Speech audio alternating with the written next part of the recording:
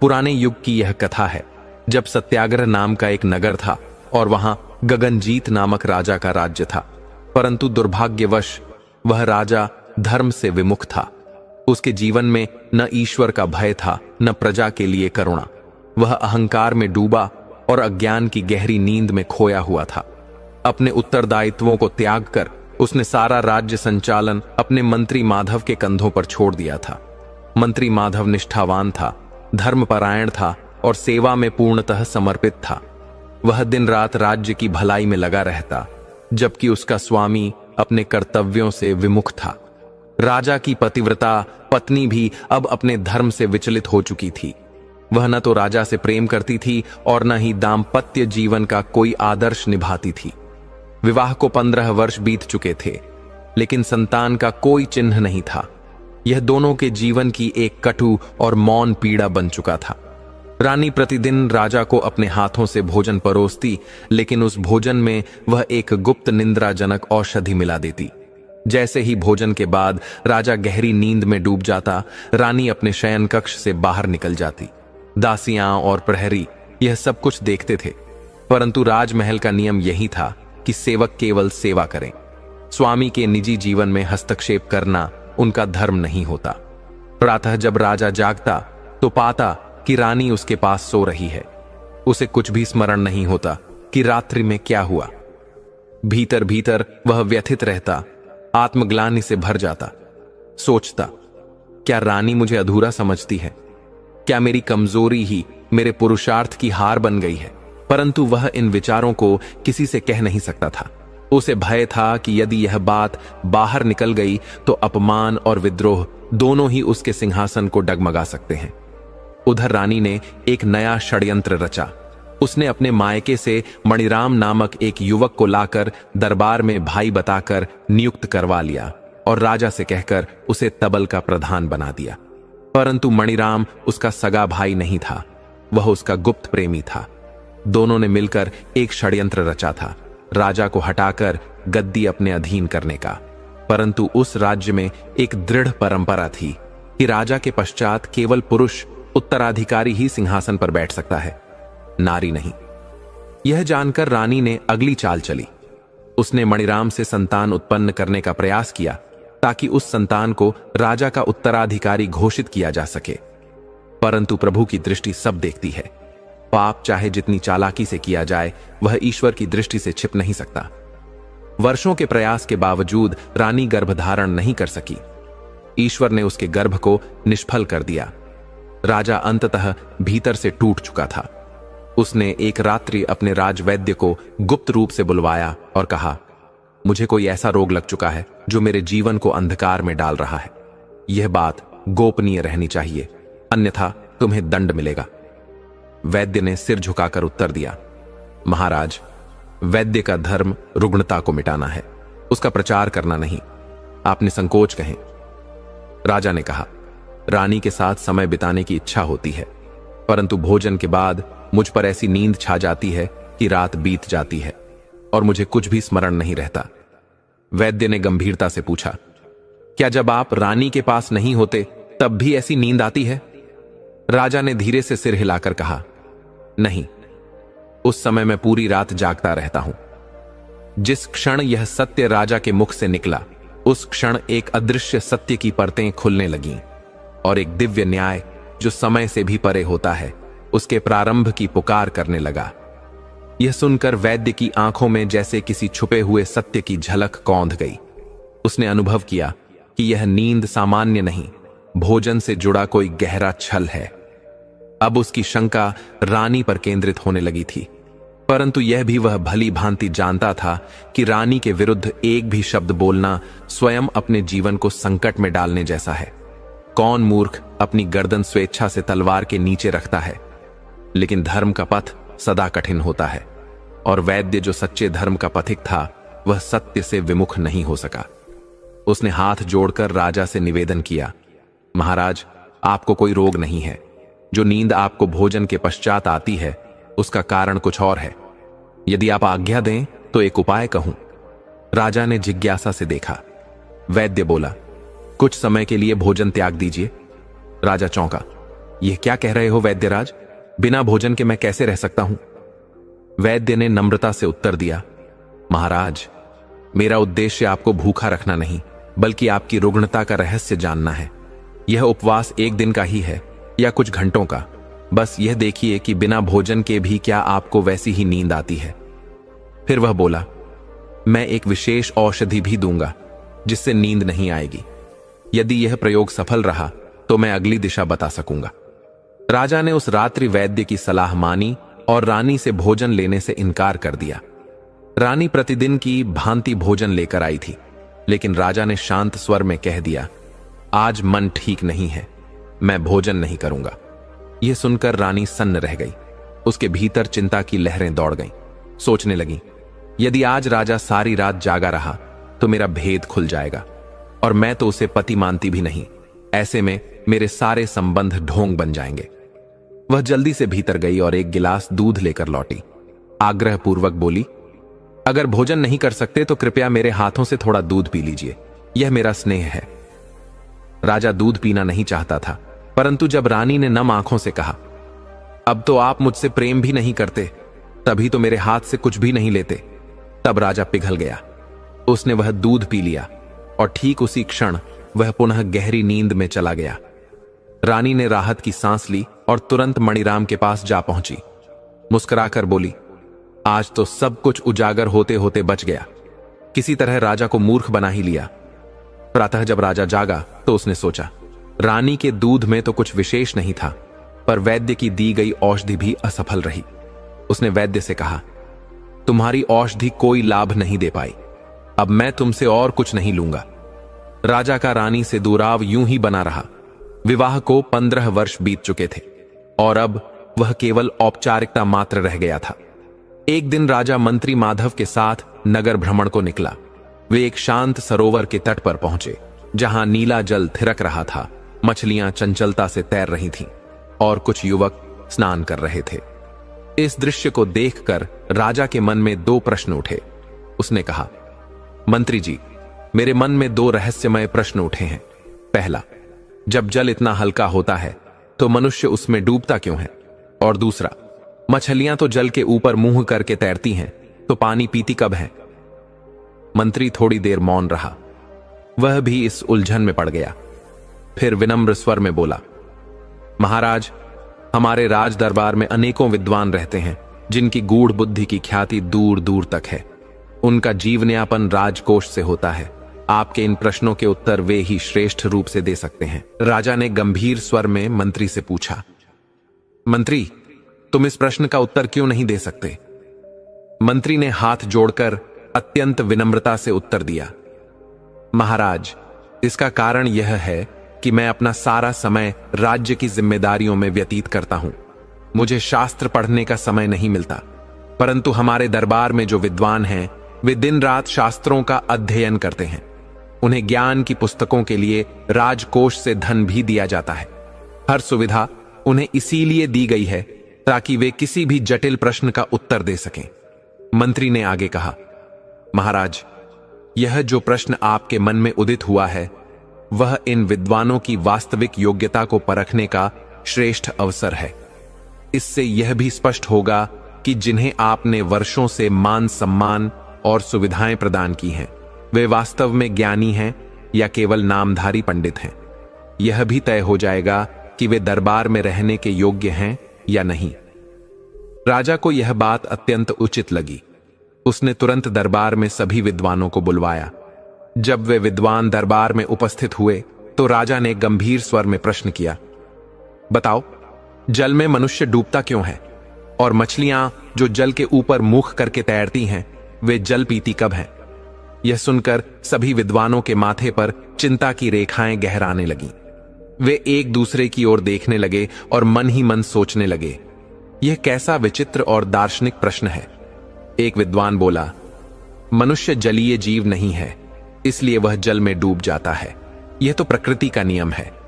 दूसरा बोला, मछली जल के बिना जीवित नहीं रह सकती, लेकिन वह जल पीती कब है, यह किसी ने देखा नहीं। फिर सभी विचार करने लगे, जब महाराज ने यह प्रश्न किया है तो इसमें कोई गूढ़ संकेत अवश्य छिपा है। शायद मछली और मनुष्य प्रतीक मात्र हैं और संकेत किसी अन्य बात की ओर है। सबने बहुत मनन किया, किंतु कोई भी निश्चित उत्तर नहीं दे सका। अंततः सभी विद्वान हाथ जोड़कर बोले, महाराज, हमें क्षमा करें, हम इन प्रश्नों का उत्तर नहीं दे सकते। यह सुनकर राजा का क्रोध भड़क उठा। उसने क्रोध में कहा, तुम सब विद्वान कहलाते हो, पर जब उत्तर देने की बात आती है तो मुंह लटका लेते हो। फिर राजकोष से वेतन किस बात का लेते हो? राजमहल में रोटियां तोड़ते हो और जब पूछो तो ज्ञान से परे हो। राजा ने मंत्री को आदेश दिया, इन सभी को कारागार में डाल दो, इनसे चक्की पिसवाओ, कोल्हू चलवाओ। जब बुद्धि काम ना आए तो शरीर से ही राज्य की सेवा कराओ। मंत्री का मन तो केवल उन्हें चेतावनी देने का था, पर राजा ने वास्तव में उन्हें जेल भिजवा दिया। इसके पश्चात राजा ने मंत्री से कहा, सुनो, पूरे नगर और ग्रामों से जो भी व्यक्ति स्वयं को विद्वान मानता हो उसे दरबार में बुलवाओ। इन्हीं 2 प्रश्नों को हम सबके समक्ष रखेंगे। जो उत्तर नहीं देगा उसे भी दंड दिया जाएगा। अब राज्य में झूठे ज्ञानियों के लिए कोई स्थान नहीं होगा। राजा के इस आदेश की घोषणा पूरे नगर और गांवों में ढिंढोरा पिटवाकर कराई गई। साथ ही यह भी कहा गया कि जो इन प्रश्नों का सही उत्तर देगा उसे इनाम मिलेगा और जो उत्तर नहीं दे सका उसे सजा दी जाएगी। नगर और गांवों के जितने भी लोग स्वयं को विद्वान या चतुर समझते थे, पहले तो उन्होंने सोचा कि वे आसानी से उत्तर दे देंगे, लेकिन फिर वे सोच में पड़ गए। राजा तो अहंकारी है, कहीं वह सही उत्तर को भी झूठा न मान ले और सजा न दे दे। उन्होंने आपस में कहा, भले पुरुष को चाहिए कि वह घमंडी राजा, चरित्रहीन स्त्री और दुर्जन व्यक्ति से सदा दूरी बनाकर रखे। ये कभी किसी पर दया नहीं करते। अतः कई विद्वान भयवश अपना स्थान छोड़कर अन्य राज्यों की ओर चले गए।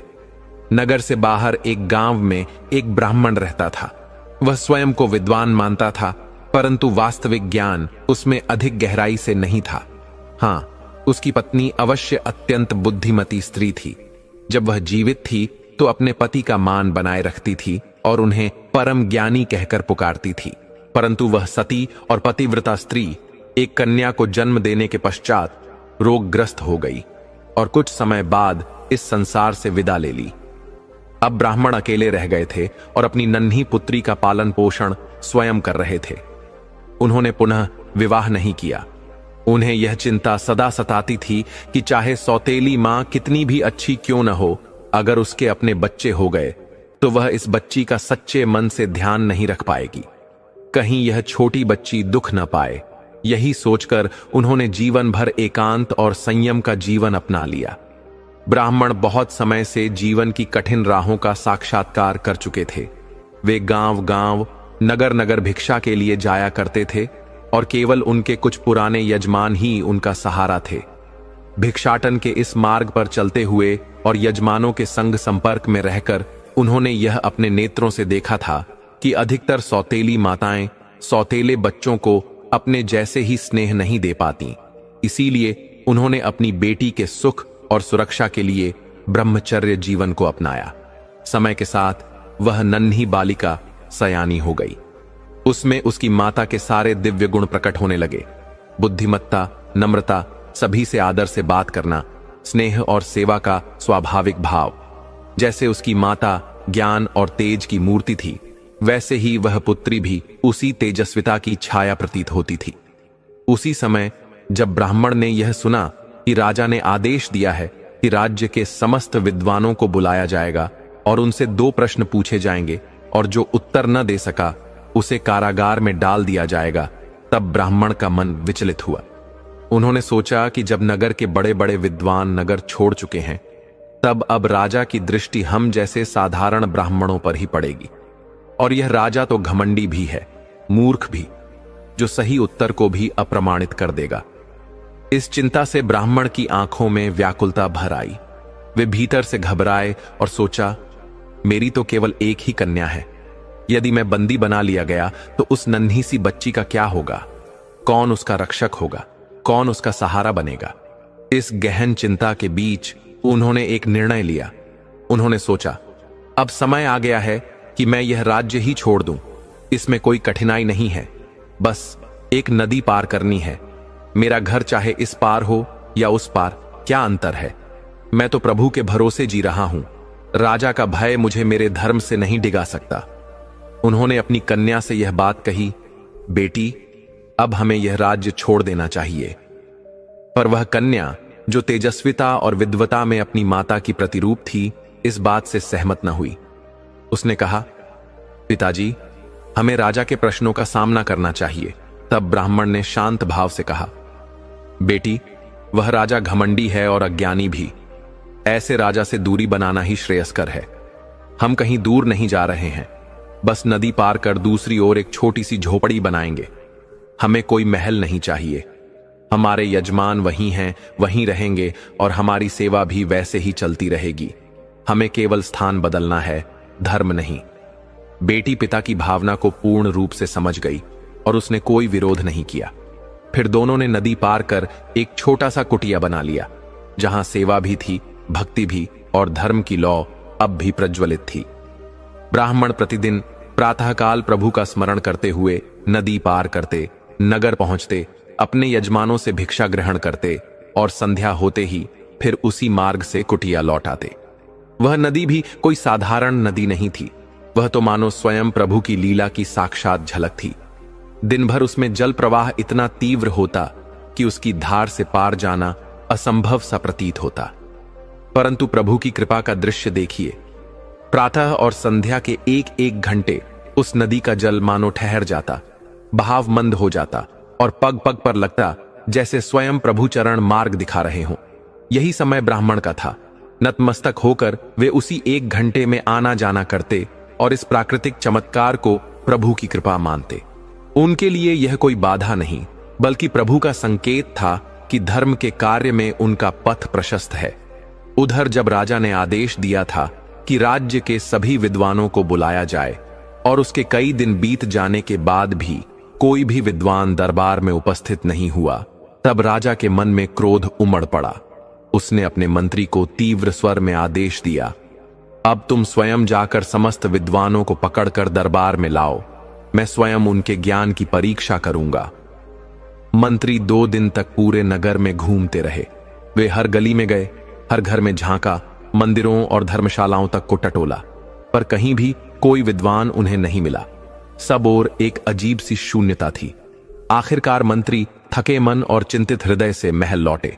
उन्होंने राजा के सामने हाथ जोड़कर कहा, राजन, क्षमा कीजिए, इस समय राज्य में कोई भी विद्वान शेष नहीं है, या यूं कहें कि जो भी ज्ञानी जन थे वे राज्य को त्याग कर चले गए हैं। मेरी प्रार्थना है कि आप इन प्रश्नों को कुछ समय के लिए स्थगित करें।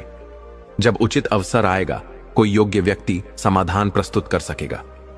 राजा का मुख कठोरता से भर गया। उसके भीतर अहंकार और संशय की ज्वाला भड़क उठी। वह बोला, मंत्री, तुम मुझे उत्तर देने के बजाय टालने की बात कर रहे हो। ऐसा क्यों? स्पष्ट कहो, क्या यह सब कोई षड्यंत्र है? क्या तुम स्वयं उन विद्वानों को राज्य से भगाने में लगे हुए थे? राजा की वाणी में कटुता थी, परंतु उस कटुता के पीछे एक अधीरता और अधूरापन भी छिपा था, जो केवल स्वयं को नहीं, अपने राज्य की व्यवस्था को भी कठघरे में खड़ा कर चुका था। राजा की आंखें क्रोध से लाल थीं। उनके स्वर में वो ताप था जो न्याय के नाम पर घृणा बन चुका था। उन्होंने कहा, तुमने मेरे आदेश की अवहेलना की है।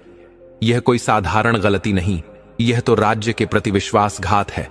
मुझे लगता है तुमने मेरी पीठ में छुरा घोंपा है। अब मैं तुम पर विश्वास नहीं कर सकता। परंतु मंत्री शांत भाव से संयम पूर्वक बोले, महाराज, मैंने सदा आपकी सेवा की है, न किसी को भगाया न किसी को छुपाया। मैं सत्य ही कह रहा हूं। मैंने पूरे नगर में विद्वानों को खोजा, परंतु इस समय कोई भी ज्ञानी पुरुष नहीं मिला। यदि कोई योग्य होता तो निश्चय ही मैं उसे दरबार में प्रस्तुत करता। मुझे किसी को भगाने से क्या लाभ होता महाराज। लेकिन उस समय राजा का मन विवेक से हट चुका था। उनका क्रोध तर्क पर भारी हो गया। उन्होंने कहा, अब चाहे जितना भी तर्क कर लो मंत्री, पर मैं तुम्हारी मंशा समझ चुका हूं। अब तुम्हें ही इन प्रश्नों का उत्तर देना होगा। यदि तुम असफल हुए तो जैसे अन्य विद्वानों को कारागार में डाला गया, वैसे ही तुम्हें और तुम्हारे पूरे परिवार को शूली पर चढ़ा दिया जाएगा। यह वही राजा था जो कल तक मंत्री से स्नेहपूर्वक बात करता था। आज उसका स्वर इतना कठोर क्यों हो गया? यह बात मंत्री की समझ से परे थी। उनकी स्थिति उस निरीह मेमने जैसी हो गई थी जो शेर की गुफा में फंसा हो, न लड्डेट सकता था न भाग सकता था। लेकिन उन्होंने धैर्य नहीं छोड़ा। उन्होंने दोनों हाथ जोड़कर निवेदन किया, महाराज, मैं आपके प्रश्नों का उत्तर अवश्य दूंगा। बस कृपा करके मुझे 1 माह का समय दे दीजिए। मैं इस अवधि में उत्तर अवश्य लेकर आऊंगा। राजा ने तीव्र स्वर में कहा, ठीक है, तुम्हें 1 माह का समय दिया जाता है, पर ध्यान रहे किसी प्रकार की चालाकी न करना। यदि तुमने भागने की चेष्टा की तो तुम्हारी पत्नी को भी शूली पर चढ़ा दिया जाएगा। मंत्री ने अत्यंत विनम्रता से उत्तर दिया, महाराज, मैंने आपके अन्न का भोग किया है, आपकी सेवा की है। ऐसे में विश्वासघात की कल्पना भी मेरे मन में नहीं आ सकती। राजा ने संकेत किया, तो जाओ, समय दिया गया है, 1 माह में उत्तर लेकर आना। मंत्री अपने स्थान से उठे। उनका हृदय भारी था। जहां पहले वे प्रसन्नता से घर लौटते थे, आज उनका मुख चिंता से मलिन था। मार्ग पर हर वृक्ष, हर पग उनके बोझिल हृदय की गवाही दे रहा था। वह सोचते जा रहे थे, मैंने तो निश्चय कर लिया था कि कुछ ही समय में मंत्री पद से निवृत्त होकर यह जिम्मेदारी अपने पुत्र प्रकाश को सौंप दूंगा। पर अब तो ऐसी स्थिति उत्पन्न हो गई है कि मेरे साथ मेरे बेटे को भी शूली पर चढ़ा देने की संभावना खड़ी हो गई है। जब उनके पुत्र प्रकाश ने पिता का यह उदास मुख देखा तो वह भयभीत हो गया। उसने पूछा, पिताजी, आज आप इतने उदास क्यों हैं? पहले तो आप हर दिन प्रसन्न होकर आते थे। उस वाक्य में एक मासूम चिंता थी, और उस चिंता में छिपी थी वह आग जो पुत्र के भीतर उठने वाली थी, धर्म और पिता के मान की रक्षा के लिए। मंत्री ने गहरी सांस ली और धीमे स्वर में कहा, बेटा, इस बार की परिस्थिति कुछ ऐसी है कि शायद तू भी सुनकर व्यथित हो जाएगा। राजा ने पहले 2 विचित्र प्रश्न दरबार के समस्त विद्वानों से पूछे थे। जब कोई उत्तर न दे सका तो अब वही प्रश्न मुझसे पूछ रहा है, और उसने स्पष्ट कह दिया है कि यदि मैं उत्तर नहीं दे सका तो न केवल मुझे बल्कि मेरे पूरे परिवार को शूल पर चढ़ा दिया जाएगा। मंत्री की आंखों में उस समय कोई भय नहीं था, बस एक करुण चिंता थी अपने पुत्र के लिए। बेटा, तू तो मेरा इकलौता पुत्र है। यदि तू भी मेरे साथ इस संकट में फंस गया तो हमारा कुल ही समाप्त हो जाएगा। इसलिए मैं चाहता हूं कि तू यहां से चला जा, किसी ऐसे राज्य में जहां तुझे कोई न जानता हो। तेरा जीवित रहना अधिक आवश्यक है। मैं तो अपना जीवन बहुत देख चुका हूं, पर तू तो अभी इस संसार को समझ भी नहीं पाया है। वाणी धीरे धीरे टूटने लगी। कल सुबह तू यह घर छोड़ देना। जिस राज्य में जाना चाहे चला जा। इसे हमारा अंतिम मिलन मान ले। हो सकता है फिर कभी यह मिलन न हो पाए। प्रकाश, जो अब तक मौन था, अपने पिता की आज्ञा को अपना धर्म मानकर अगली भोर होते ही चुपचाप घर से निकल पड़ा। हृदय व्यथा से भर गया था, पर पिता के जीवन की रक्षा के लिए उसने अपने भावों को वश में कर लिया। चलते चलते वह एक नदी के किनारे पहुंचा जो राज्य की सीमा पर बहती थी, लेकिन वहां कोई नाव नहीं थी, और होती भी कैसे। वह नदी बहुत ही तेज बहाव वाली थी। जल की धारा इतनी प्रचंड थी कि मनुष्य तो क्या, कोई हाथी भी उसमें डगमगा जाए। प्रकाश भय से भर उठा। वह सोचने लगा, इस नदी को मैं कैसे पार कर पाऊंगा? इतनी भयंकर नदी के विषय में तो मैंने केवल सुना था, पर आज स्वयं देख रहा हूं। उसने इधर उधर दृष्टि डाली, शायद कोई मार्ग दिख जाए, कोई उपाय सूझे। घाट की ओर देखा, वहां कुछ पदचिन्ह बने थे जो इस ओर संकेत करते थे कि लोग कभी कभी उस मार्ग से आते जाते हैं। लेकिन इस समय वहां न कोई मनुष्य था, न नाव, न कोई सहायता। प्रकाश चिंतन में डूब गया। अब न वह आगे बढ़ सकता था, न पीछे लौट सकता था। थक कर वह एक वृक्ष की छाया में बैठ गया। शरीर थका हुआ था और मन आशंका से ग्रस्त। कुछ समय बीता, तभी दूर से एक वृद्ध ब्राह्मण आते दिखाई दी। उन्होंने अपने सिर और कंधों पर बहुत सा सामान लाद रखा था। ऐसा प्रतीत हो रहा था मानो वे किसी यजमान से लौट रहे हों। उनके पांवों में थकावट थी और शरीर भार को सह नहीं पा रहा था। वे धीरे धीरे उसी वृक्ष की ओर आ रहे थे जिसके नीचे प्रकाश बैठा हुआ था। प्रकाश ने जैसे ही उन्हें आते देखा, वह तत्क्षण उठकर आगे बढ़ा और उनके सामान को उतारने में सहायता की। ब्राह्मण ने एक लंबी राहत की सांस ली और हृदय से आशीर्वाद देते हुए बोले, बेटा, प्रभु तेरा भला करे, तूने मेरी बड़ी सेवा की है। प्रकाश ने फोल्डेड हैंड्स के साथ निवेदन किया, ब्राह्मण देवता, मैं एक अनजान यात्री हूं। मुझे इस नदी के उस पार जाना है, लेकिन इसकी धारा इतनी भयानक प्रतीत होती है कि उसमें पैर रखने की भी हिम्मत नहीं हो रही। क्या आप मेरी कुछ सहायता कर सकते हैं? ब्राह्मण मुस्कुराए। उनके मुख पर अनुभव की गहराई थी और आंखों में करुणा की छाया।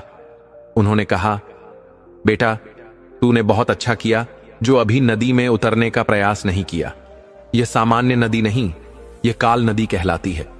जो भी व्यक्ति इसमें दिन के समय उतरता है उसकी मृत्यु निश्चित मानी जाती है। परंतु यह नदी स्वयं राह देती है, केवल 2 बार, एक बार सूर्योदय से पहले और दूसरी बार सूर्यास्त के बाद। मैं भी उसी पार जाना चाहता हूं। हम दोनों प्रतीक्षा करेंगे। जब समय उपयुक्त होगा हम एक साथ इस पार से उस पार प्रस्थान करेंगे। थोड़ी देर शांत रहने के बाद ब्राह्मण ने कुछ दयालुता से कहा, बेटा, आज मेरे एक यजमान ने पुत्र रत्न की प्राप्ति पर मेरे वजन के बराबर अन्न का दान किया है। सामान अत्यधिक हो गया है। यदि तू कुछ सहायता कर सके तो यह मेरे लिए बड़ी कृपा होगी। प्रकाश ने श्रद्धा और समर्पण से उत्तर दिया, ब्राह्मण देवता, आप चिंता न करें। जब हम एक साथ हैं तो आपकी सेवा करना मेरे लिए सौभाग्य है। शाम धीरे धीरे गहराने लगी। सूर्य पश्चिम की ओर झुकने लगा और फिर जैसे ही वह अस्त हुआ वैसे ही नदी की तीव्र धारा धीमी होने लगी। जल धीरे धीरे नीचे उतरता गया। अब नदी पार करने योग्य हो चुकी थी।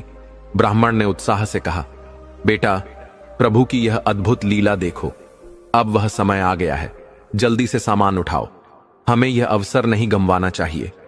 प्रकाश ने श्रद्धा से ब्राह्मण का सामान उठाया और उनके साथ साथ नदी पार करने लगा। अब अंधकार धीरे धीरे गहराता जा रहा था। प्रकाश के मन में कुछ भ्रम था। उसे यह झांत नहीं था कि आगे उसे जाना कहां है।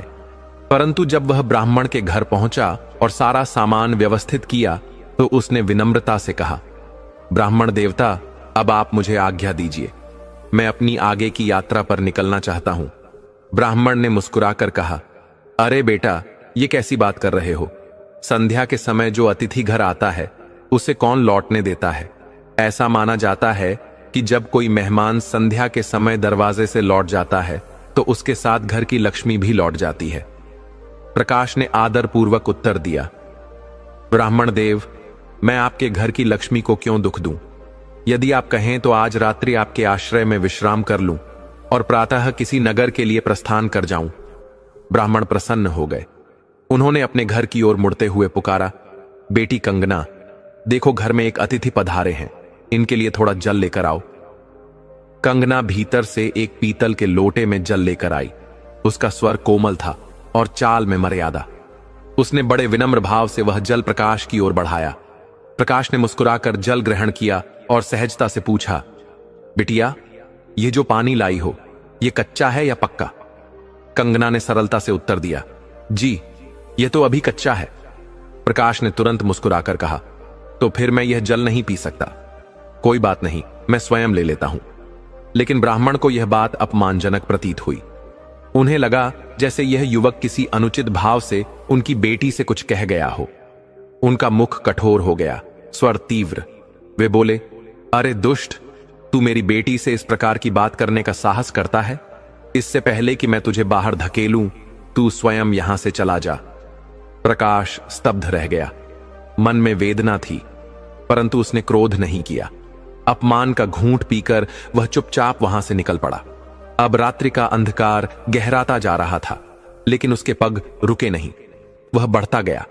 पीछे घर में बेटी कंगना उदास हो गई। उसने पिताजी से पूछा, पिताजी, आपने उन्हें क्यों भगा दिया? उन्होंने ऐसा क्या कह दिया जो आपको बुरा लग गया? ब्राह्मण ने गहरी सांस ली और कहा, बेटी, तू नहीं समझेगी। अब भीतर जा और भोजन की तैयारी कर। कंगना मौन होकर भीतर चली गई और प्रकाश अकेले पथ पर निकल पड़ा। रात बीत रही थी। लगभग 3-4 मील चलने के बाद प्रकाश को एक छोटा बाजार दिखाई दिया। वहां एक सेठ अत्यंत व्याकुल खड़ा था। वह अकेला था क्योंकि उसका नौकर अचानक घर लौट गया था। घर के भीतर उसकी बेटी थी, जो हाल ही में ससुराल से विदा होकर आई थी और अब गर्भवती थी। उसे विश्वास था कि वह कुछ ही दिन में लौटेगी, परंतु अचानक उसकी तबीयत बिगड़ गई। आज रात्रि को उसे प्रसव पीड़ा असहनीय रूप में होने लगी थी। सेठ के पास कोई नहीं था जो बेटी की देखभाल कर सके। वह पशोपेश में था, किसे बुलाए, किसे घर में छोड़े, किसे दाई लाने भेजे। उसी क्षण उसकी दृष्टि प्रकाश पर पड़ी। यद्यपि वह उसे पहचानता नहीं था, पर संकट की घड़ी में पराया भी सहारा बन जाता है, और यह युवक तो मंत्री का पुत्र था, यद्यपि उसे झात नहीं था। सेठ ने पुकारा, बेटा, क्या तुम मेरी एक सहायता करोगे? प्रकाश तुरंत आगे बढ़ा और बोला, हां सेठ जी, कहिए, आपकी क्या सेवा कर सकता हूं? सेठ ने कहा, बेटा, घर के भीतर मेरी बेटी को अत्यंत पीड़ा हो रही है। वह प्रसव पीड़ा में है। तुम यहीं ठहर जाओ, मैं अभी दाई को लेकर आता हूं। प्रकाश ने श्रद्धा से सिर झुकाया। सेठ जी, आप निश्चिंत रहें, मैं यहीं हूं, आप दाई को जल्द ले आइए। सेठ दौड़ पड़ा। प्रकाश ने सोचा कि यदि पास में कोई सहायक मिल जाए तो राहत मिल सकती है। उसने समीप एक घर की ओर जाकर आवाज दी, कोई है? कुछ देर में एक स्त्री ने दरवाजा खोला। तुम कौन हो और इस रात गए यहां क्या काम है? उसने पूछा। प्रकाश ने निवेदन किया, चाची, मैं सेठ जी का सेवक हूं। उनकी बेटी को प्रसव पीड़ा हो रही है। सेठ जी दाई को लेने गए हैं। कृपा करके आप भीतर जाकर उनकी सहायता कर दें। स्त्री ने स्नेहपूर्वक उत्तर दिया, अरे बेटा, इसमें संकोच की क्या बात? पहले बताया होता तो मैं सुरक्षित प्रसव भी करवा देती। बेटी की जान की बात है, इसमें तो विलंब नहीं करना चाहिए। वह स्त्री तुरंत भीतर गई और प्रभु की कृपा से सेठ की बेटी का सुरक्षित प्रसव करवा दिया। जच्चा और बच्चा दोनों स्वस्थ रहे, लेकिन बच्चे के जन्म को 1 घंटा बीत चुका था। फिर भी सेठ अब तक नहीं लौटे थे। अंततः वे एक दाई को लेकर वहां पहुंचे। जब पड़ोस की स्त्री ने उन्हें देखा तो नाराज होकर बोली, सेठ जी, ये बात कहने में क्या संकोच था? आपकी बहू प्रसव पीड़ा में थी और आप समय पर नहीं पहुंचे। अच्छा हुआ इस सेवक ने समय रहते मुझे बुला लिया, वरना कोई अनहोनी हो सकती थी। सेठ ने जब यह सुना तो वह भाव विह्वल हो गया। उसने देखा कि यह अनजान युवक, जिसे वह पहचानता तक नहीं, उसके घर में बैठा रहा, उसकी बेटी के लिए चिंता करता रहा, पर धन दौलत की कोई परवाह नहीं की। जो कार्य उसे पहले करना चाहिए था वह इस युवक ने कर दिखाया। उसने नम्रता से पूछा, बेटा, कहां से आए हो और अब कहां जाने का विचार है? प्रकाश ने शांत भाव से उत्तर दिया, सेठ जी, मैं सूरतगढ़ का निवासी हूं, किसी कार्य की तलाश में निकला हूं। अब प्रभु जहां ले जाएं वहीं मेरी राह होगी। जहां सेवा का अवसर मिलेगा वहीं रुक जाऊंगा। सेठ का हृदय यह सुनकर पिघल गया।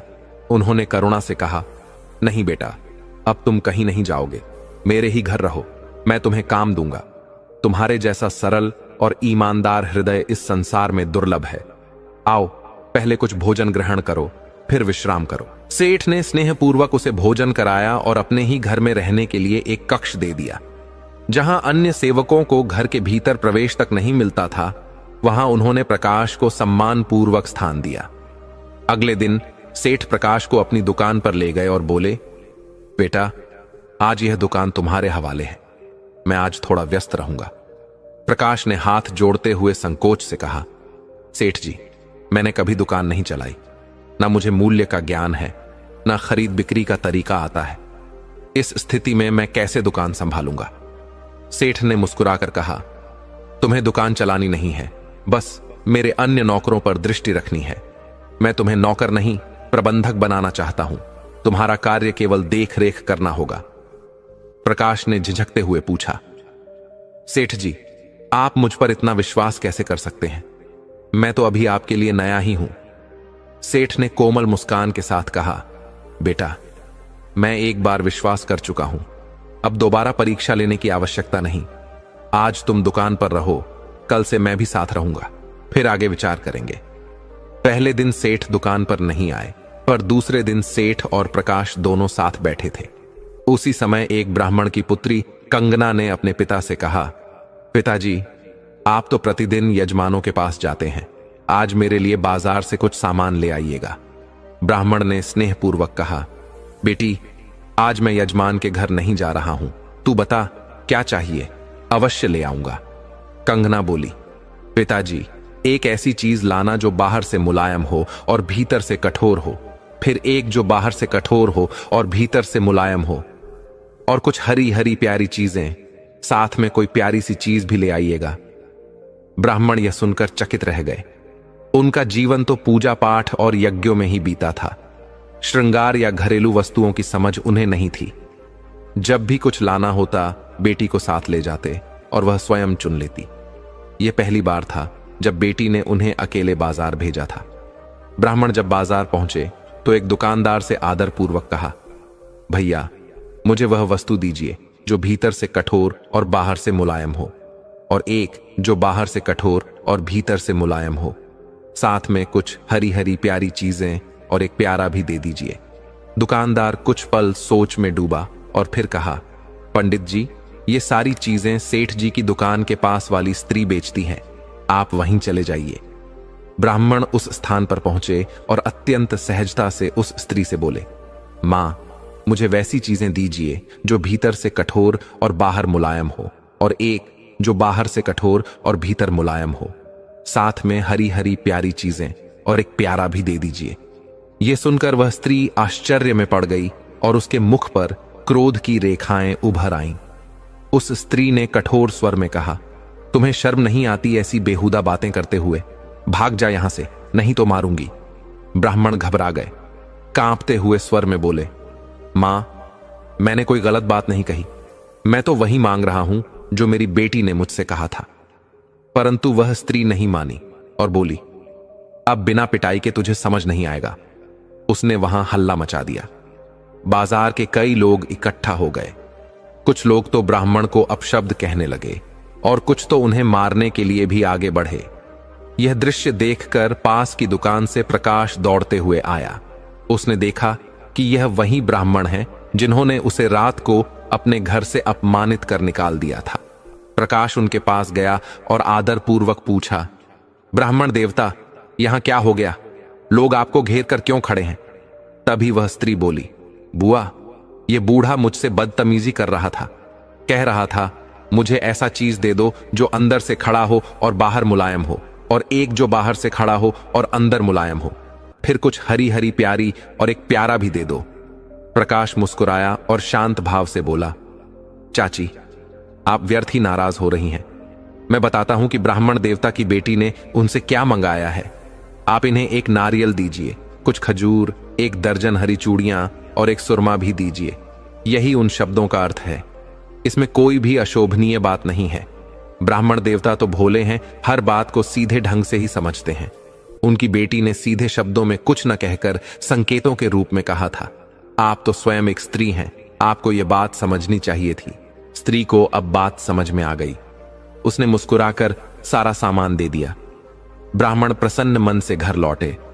उन्होंने बेटी से कहा, बिटिया, आज रास्ते में मुझे वही लड़का मिल गया जिसे मैंने उस रात अनजाने में अपने घर से निकाल दिया था। आज वही प्रकाश मेरे लिए भगवान के समान बन गया।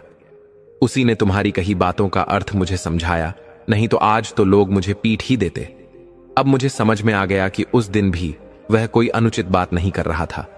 गलती मेरी समझ की थी और मैंने अज्ञानवश उसे अपमानित कर दिया था। लड़की ने शांत स्वर में कहा, पिताजी, यही तो मैं आपको समझाना चाहती थी, लेकिन आपने मेरी बात सुनी ही नहीं और उस सज्जन को घर से भगा दिया। उन्होंने मुझसे केवल इतना ही पूछा था, तुम्हारा जल कच्चा है या पक्का, अर्थात क्या तुम विवाहित हो या कुंवारी? और मैंने उत्तर दिया, मेरा जल अब भी कच्चा है, अर्थात मैं अविवाहित हूं। तो उन्होंने मेरे हाथ से जल ग्रहण करने से मना कर दिया, क्योंकि उनकी दृष्टि में कुंवारी कन्या पूज्य होती है, उससे सेवा नहीं ली जाती। ब्राह्मण की आंखों से अश्रु बहने लगे। वे बोले, हे प्रभु, कितना ऊंचा विचार है उस युवक का, और मैं कितना अज्ञानी निकला। बेटी, तू तो स्वयं ज्ञान की देवी है, और वह बालक भी किसी अर्श कुमार से कम नहीं।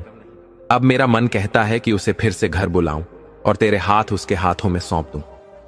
बेटी मुस्कुराकर बोली, पिताजी, यही तो मैं भी चाहती हूं। कृपया मुझे उसी के साथ भेज दीजिए। दूसरे दिन ब्राह्मण आदरपूर्वक सेठ की दुकान पर पहुंचे। प्रकाश को देखकर बोले, बेटा, मेरी बेटी ने तुझे घर बुलाया है। प्रकाश ने मुस्कुराकर शालीनता से कहा, ब्राह्मण देवता, आप बार बार बेटी का नाम लेकर क्यों मुझे संकोच में डालते हैं? आप सीधे क्यों नहीं कहते कि आप स्वयं मुझे बुला रहे हैं? मैं आपकी बेटी के कहने पर नहीं, आपके आग्रह पर चलूंगा। ब्राह्मण को अपने व्यवहार की गलती का एहसास हुआ। वे विनम्रता से बोले, बेटा, ठीक है, मान लो, मैंने ही तुझे बुलाया है। प्रकाश ने सेठ से अनुमति ली और ब्राह्मण के साथ उनके घर लौट गया। ब्राह्मण ने कहा, बेटा, उस दिन मुझसे बहुत बड़ी भूल हो गई थी। मैंने तुझे घर से निकाल दिया। मैंने कहा था कि जो अतिथि संध्या के समय लौटे, उसके साथ घर की लक्ष्मी भी चली जाती है। लेकिन आज देखो, वही लक्ष्मी, मेरी बेटी, तुझसे जुड़ने को तैयार है। मैं चाहता हूं कि आज मैं अपनी पुत्री का हाथ तेरे हाथ में सौंप दूं। प्रकाश की आंखें नम हो गईं। वह भावुक होकर बोला, ब्राह्मण देवता, आप यह क्या कह रहे हैं? मैं विवाह कैसे कर सकता हूं? मेरे पास न घर है, न ठिकाना, न नौकरी, न भविष्य। मैं किस अधिकार से आपकी बेटी को अपने साथ ले जाऊं? बेटी मुस्कुराकर बोली, आपने यहां आने से पहले कहां निवास किया था? यदि खुले आकाश के नीचे रहते थे तो आज वह आकाश छोटा कैसे पड़ गया? यदि किसी घर में रहते थे तो वह घर कहां चला गया? प्रकाश ने गंभीरता से कहा, यदि आप सुनना चाहती हैं तो सुनिए। मैं सूरतगढ़ के मंत्री माधव का पुत्र हूं, परंतु आज की तारीख में मैं कुछ भी नहीं हूं। मेरे पिता पर राजा ने संकट ला दिया है। 1 माह बाद राजा उन्हें शूली पर चढ़ाने वाला है। यदि मैं वहां रहता तो मुझे भी उसी शूली पर चढ़ा दिया जाता। लड़की ने दृढ़ स्वर में कहा, तो तुम भागे हुए हो? क्या तुम्हें अपने पिता को संकट में छोड़कर चले आना उचित लगा? मुझे पता है, राजा ने 2 विचित्र प्रश्न पूछे हैं, लेकिन मूर्ख राजा को उत्तर देना भी आवश्यक होता है। प्रकाश बोला, मुझे उन प्रश्नों के उत्तर नहीं मालूम थे। लड़की मुस्कुराकर बोली, लेकिन मुझे उत्तर मालूम है। मैं तुम्हारे पिता को बचा सकती हूं, लेकिन एक शर्त पर। पहले तुम्हें मुझसे विवाह करना होगा। प्रकाश श्रद्धा से बोला, जब मैंने तुम्हें पहली बार देखा था, तभी मन में भाव आया था कि यह कन्या मेरी रक्षा कर सकती है। तुमने मेरी बातों को पहले ही समझ लिया था, तभी जान गया था कि तुम मुझसे अधिक बुद्धिमती हो। आज जब तुम मेरे साथ चलने को तैयार हो, यह मेरे लिए सौभाग्य की बात है। प्रकाश ने कंगना से विवाह कर लिया और दोनों सूरतगढ़ लौट आए। जब मंत्री ने अपने पुत्र को लौटते देखा तो बहुत चिंतित हो उठे। बोले, बेटा, विवाह कर लिया, यह तो अच्छा किया, पर तुम लौट क्यों आए? तुम्हें वापस नहीं आना चाहिए था। प्रकाश श्रद्धा से बोला, पिताजी, चिंता न करें, राजा के दोनों प्रश्नों का उत्तर अब मिल गया है। आपकी बहू उन्हें उत्तर देगी। यह कोई साधारण कन्या नहीं है, इसके भीतर ज्ञान और बुद्धि का अद्भुत भंडार है। आप स्वयं इसकी बात सुनिए। यह बताएगी कि राजा को कैसे उत्तर दिया जाए। मंत्री ने अपनी बहू की ओर श्रद्धा से देखा और करबद्ध होकर बोले, बेटी, तू किस प्रकार हमारी सहायता कर सकती है? कोई उपाय बताओ। मैं तो इस मृत्यु के भय से प्रतिदिन टूट रहा हूं, मुझे इससे मुक्ति दिलाओ। बहू ने श्रद्धापूर्वक उत्तर दिया, पिताजी, आप मुझ पर विश्वास रखें और अपने भय को त्याग दें।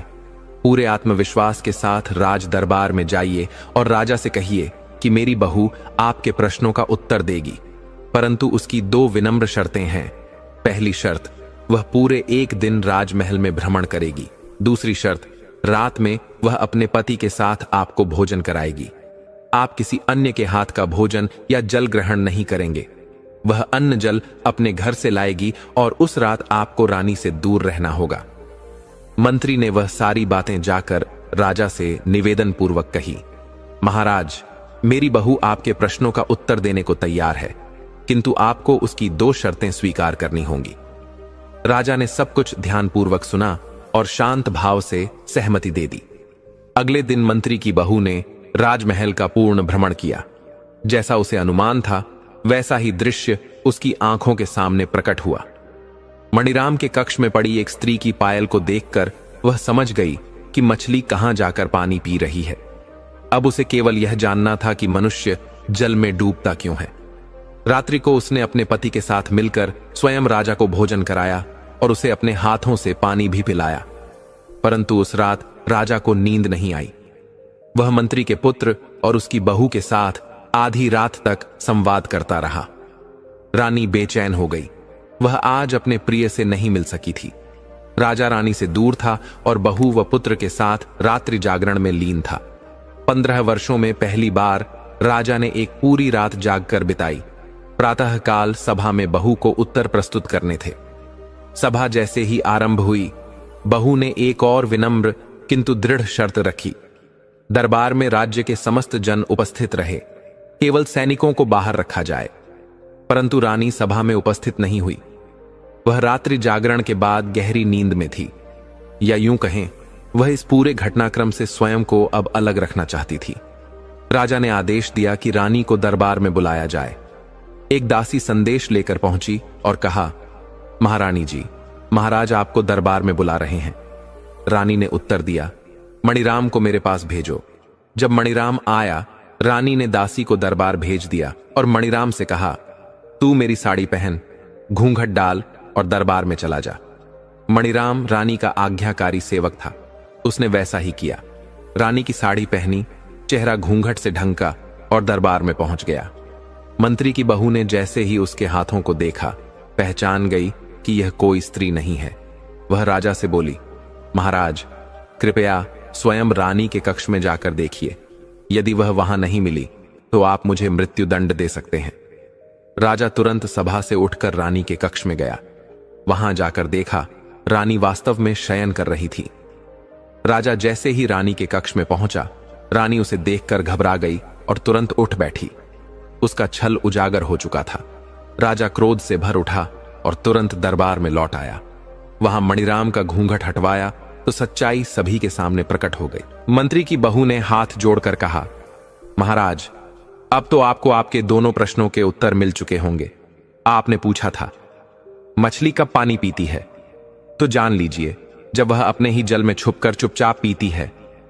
और जब आपने पूछा था, मनुष्य पानी में क्यों डूबता है?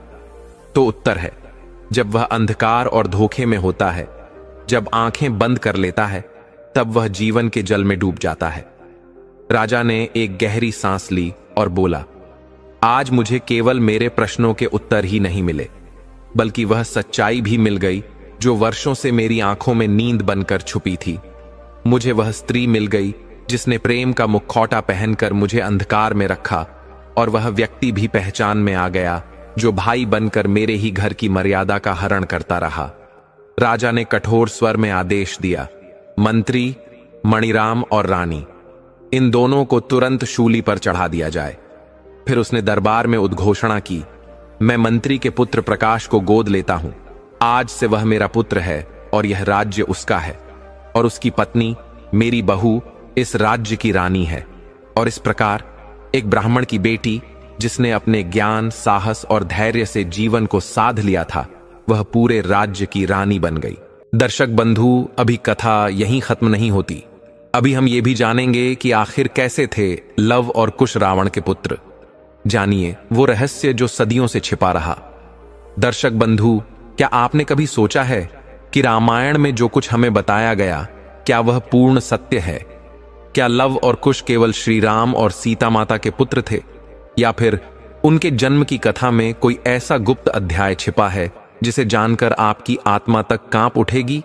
कहते हैं, सत्य को जितना दबाया जाता है वो उतनी ही तेजी से भविष्य में प्रकट होता है। और आज हम एक ऐसे ही दबे हुए सत्य से पर्दा उठाने जा रहे हैं जो रावण, राम और सीता तीनों से जुड़ा है। यह कथा शुरू होती है उस वन से जहां माता सीता वाल्मीकि मुनि के आश्रम में निवास कर रही थीं। राजमहल छोड़ चुकी, अपमान से दग्ध, परंतु एक तपस्विनी के समान शांत और तेजस्विनी। वहीं एक और रहस्य पल रहा था, लंकापति रावण की पत्नी मंदोदरी, जो रावण की मृत्यु के बाद अपनी लज्जा और तपस्या के साथ गुप्त वन में साधना कर रही थी। कई शास्त्रों में एक संकेत मिलता है कि रावण का एक पुत्र जो न समाज को झांत था न लंका को, वह एक साध्वी के गर्भ से जन्मा था जो मनुष्य जाति से थी। वह पुत्र रावण की शौर्यता, शिव भक्ति और विद्या का वाहक था, परंतु उसमें अहंकार नहीं था। मंदोदरी जानती थीं कि रावण के रक्त से जन्मा कोई एक वंशधर अब भी जीवित है, जो धर्म और अधर्म दोनों की सीमाओं को जोड़ सकेगा। इसी काल में जब माता सीता वाल्मीकि आश्रम में थीं, उनके गर्भ में 2 तेजस्वी आत्माओं ने जन्म लिया, लव और कुश। उनके स्वर, उनकी बुद्धि, उनका पराक्रम, इन सब में राम की मर्यादा तो थी ही, परंतु एक और अदृश्य शक्ति भी थी जो रावण की छाया जैसी थी। लव और कुश ने जब बाल्यकाल में ही वेद, धनुर्विद्या, संगीत और नीति में अपूर्व ज्ञान प्राप्त किया, तब स्वयं ऋषिगण चकित रह गए जब उन्होंने राम के अश्वमेध यज्ञ के घोड़े को रोका और पूरी अयोध्या की सेना को पराजित कर दिया।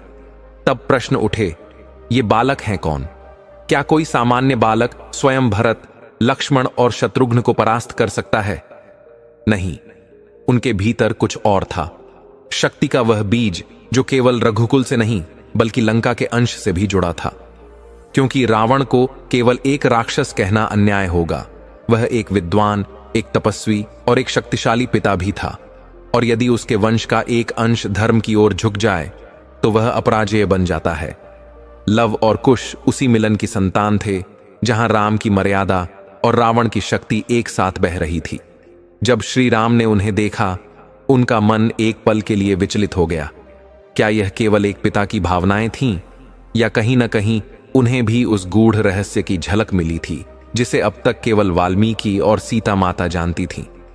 क्योंकि जब माता सीता ने अंत में कहा, ये राम के पुत्र हैं, वह एक मां का उत्तर था, पर एक और सत्य उसी में छिपा था। शायद उन्होंने यह कहा ताकि समाज इन बालकों को स्वीकार करे, या शायद इसलिए ताकि इतिहास उन्हें राम के वंश का उत्तराधिकारी माने और उनके भीतर छिपे रावण के तेज को पहचानने का साहस कोई न करे। पर आज जब हम धर्म को केवल रंगों में नहीं बांटते बल्कि उसकी आत्मा को समझते हैं, तब यह स्वीकार करना पड़ेगा कि लव और कुश, रावण और राम दोनों की कथा का विलक्षण संगम थे। राम की मर्यादा, रावण की वीरता, सीता की करुणा और वाल्मीकि की विद्या, इन चारों के मिलन से जो उत्पन्न हो वो साधारण नहीं, एक युग का सूत्रधार होता है। लव और कुश उसी सूत्र के धागे हैं जिनके बिना रामायण अधूरी है।